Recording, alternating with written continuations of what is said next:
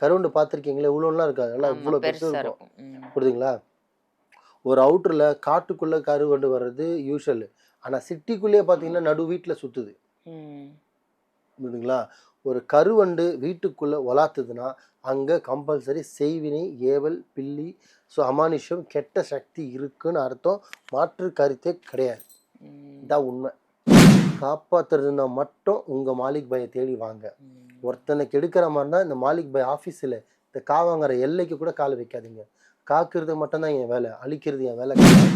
இருக்கும் முன் காப்போம், வரும் முன் காப்போம் மாதிரி இருக்கும்போது நீங்கள் மாற்றிக்கிட்டீங்கன்னா பெருசாக உங்களுக்கு விபத்தில் போய் விடாது. ம்.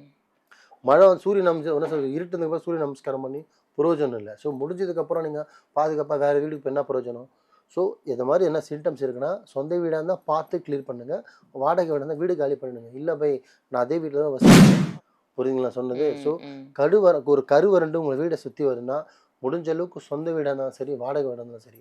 வாடகை வீடாக இருந்தால் ஒரு தடவை தொத்தி விட்டு போயிடுச்சுன்னா விட்டுடுங்க. 2 தடவை தொத்தி விட்டு போயிடுச்சுன்னா விட்டுருங்க. இல்லை தினைக்கும் வருது, இல்லை வாரத்தில் 2, 3 தடவை வருது, ரொம்ப டிஸ்டர்ப் பண்ணுது, சுற்றி சுற்றி வரும், எவ்வளோ அரிசி துரத்தினாலும் எவ்வளோ துரத்தினாலும் போக மாட்டேங்குதுன்னா,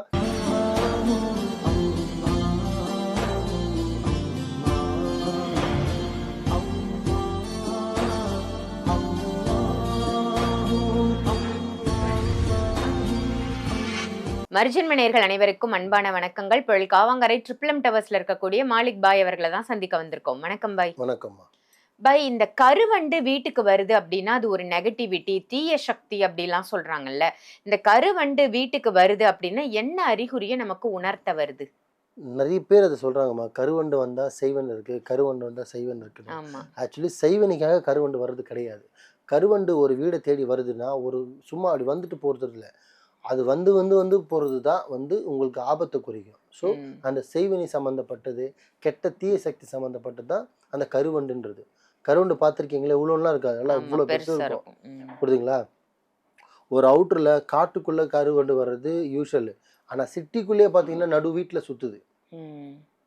புரியுதுங்களா?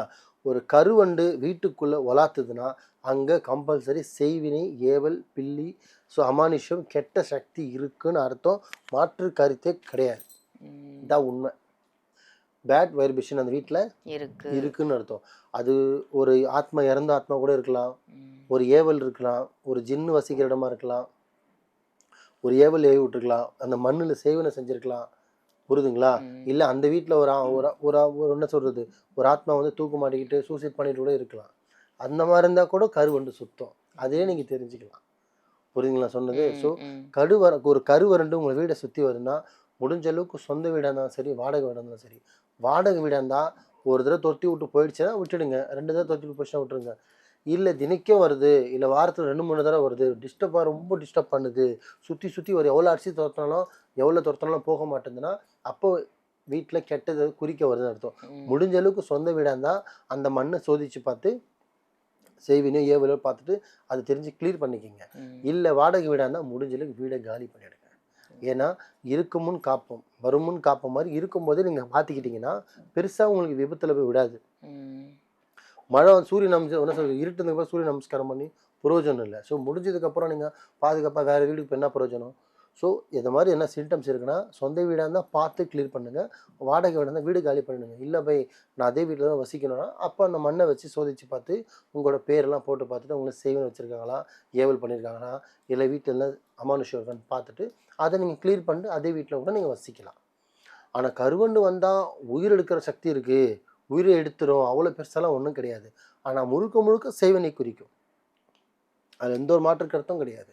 செய்வனை இருந்தாலும் நீங்கள் பார்த்து தெரிஞ்சுக்கலாம். அம்மா இன்னைக்கு சொல்கிறோம்மா, நான் சவால் விட்டு சொல்கிறோம்மா, பில்லி, சூனியம், ஏவல், மந்திரம், தந்திரம் எதுவாக இருந்தாலும் சரி, ஒரு மனுஷனை சித்திரவதைப்படுத்துமே தவிர கொல்ற சக்தி கிடையாது.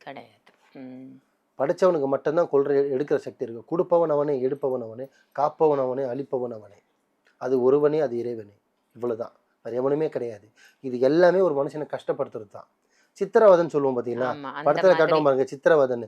அந்த மாதிரி ஒருத்தனை தொடாமல் மாந்திரிக ரீதியாக சித்திரவதை பண்ணுவாங்க.